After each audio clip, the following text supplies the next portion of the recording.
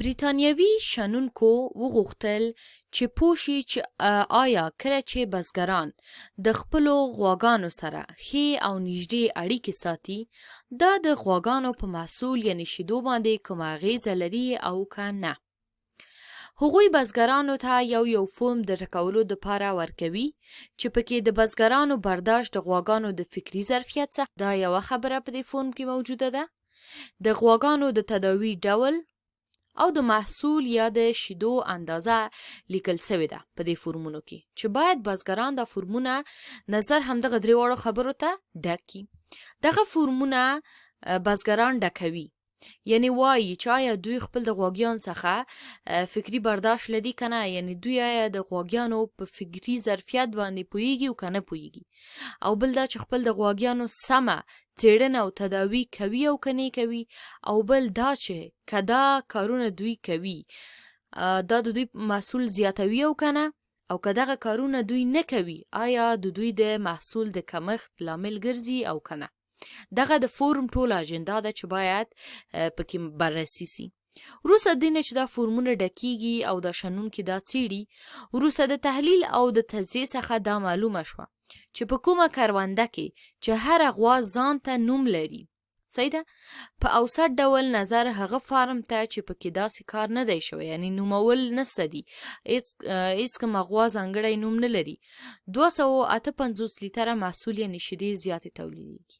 ښه، اوس موږ غواړو په دې باندې پوه سو چې دا کوم ډول مطالعه ده یو، او بل دا چې دې مطالعې نتیجه څه شی ده. دلته زه 3 عنوانات تاسو ته لیکمه. تاسو پوهېږئ چې موږ څو ډوله مطالعې لرو. یو کلاسیکه یا ساده او نمونه‌ایي مطالعه ده، بله چې ده مشاهده‌ایي مطالعه،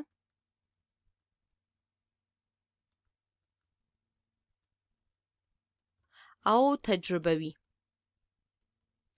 هره یوه ځانته تعریف لري. خو مخکې د هغه نه زه غواړم تاسو ته دلته ووایم چې هدف څه شی ده. هدف دا ده چې کله غواګانو ته نوم ږدل کیږي که نه، غواګانې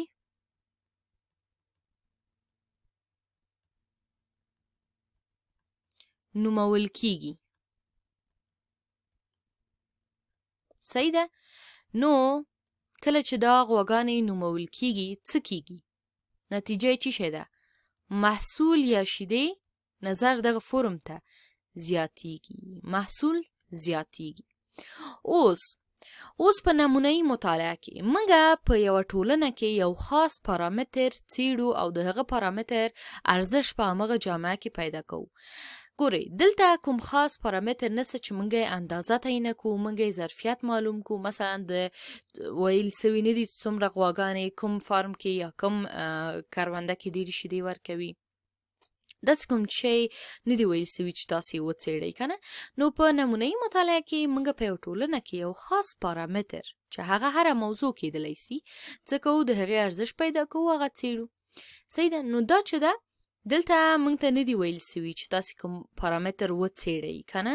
مثلا په غواګانو کې د یوې ناروغۍ د پیدایښت او هم د ناروغۍ د انتشار په اړه معلومات پیدا کوي که نه، داسې یو پارامتر نسته دی. نو دا د یوه نمونه‌ایي مطالعه نه ده.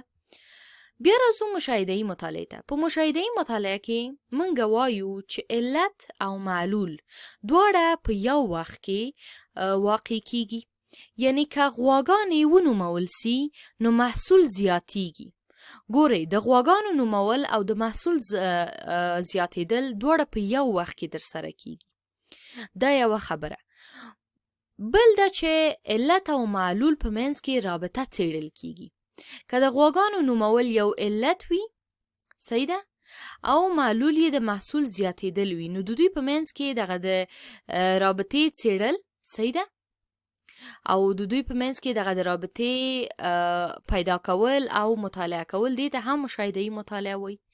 دلته موږ کوریلیشن پیدا کوو چې کوم دلته مثبت دی. مثبت کوریلیشن دا په دې معنی چې کله یو فکتور لوړ ځي، لکه علت لوړ ځي، د غواګانو نومول زیاتیږي، غواګانې نومول کیږي، نو محصول هم ورسره زیاتیږي، نو دې ته مثبت کوریلیشن وایي. او همدا کار دلته سوی ده. نو زه او تاسې موږ او تاسې ټول ویلی سو چې دا یوه مشاهده‌ایي مطالعه ده. دې ته به مثبت پاینټ ورکړم، یعنې چې همدغه ده، مشاهده‌ایي مطالعه ده. په تجربه‌ایي مطالعه کې زه مکلفه یم چې بزګران په دوه برخو باندې وویشم. صحیح ده؟ یوې برخې بزګرانو ته ووایم چې تاسې خپلې غواګانې ونوموئ.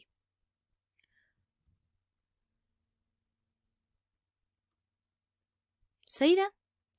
او بلې ته وایم چې ونه نوموئ. او بیا دوی ته تقریبا څو میاشتې وخت ورکوم چې دوی خپل ټول محصول ټول کړي او بیا فورمونه ورکوم، بیا د محصول اندازه او تعداد ګورم. په دې توګه دا ډېر وخت نیسي چې زه پوه سم چې د بې نومه غواګانو محصول څومره دی او د نوم لرونکو غواګانو محصول څومره دی. خو دې ته تجربوي مطالعې وایي. په دې کې الیت یا کازلیټي مطالعه کیږي. صحیح ده؟ ځینې وخت البته دا خبره هم باید وکړم چې دا یوه تجربوي مطالعه نه وه.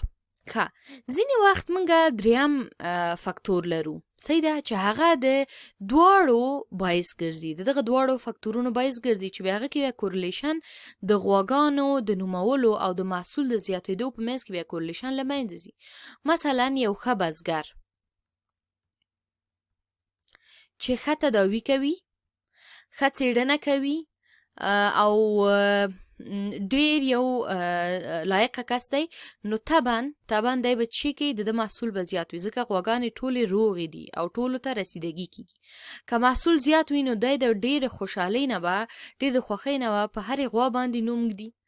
دا یوه رابطه. یا هم ویلی سئ چې دی چون ډېر باسلیقې سړی ده او ډېر ښه سړی ده، دی په هرې غوا نوم ږدي او دا لامل د دې ګرځي چې د محصول اندازه زیاته سي. صحیح ده؟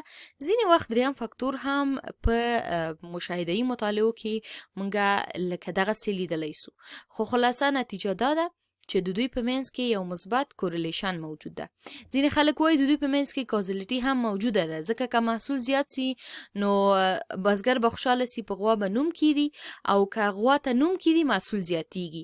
خو موږ به په هغه باندې بحث نه کوو، په همدې به اکتفا وکړو چې په دې کې چی شی ده، په دې کې کورلیشن مثبت دی او دا یوه مشاهده‌ایي مطالعه ده.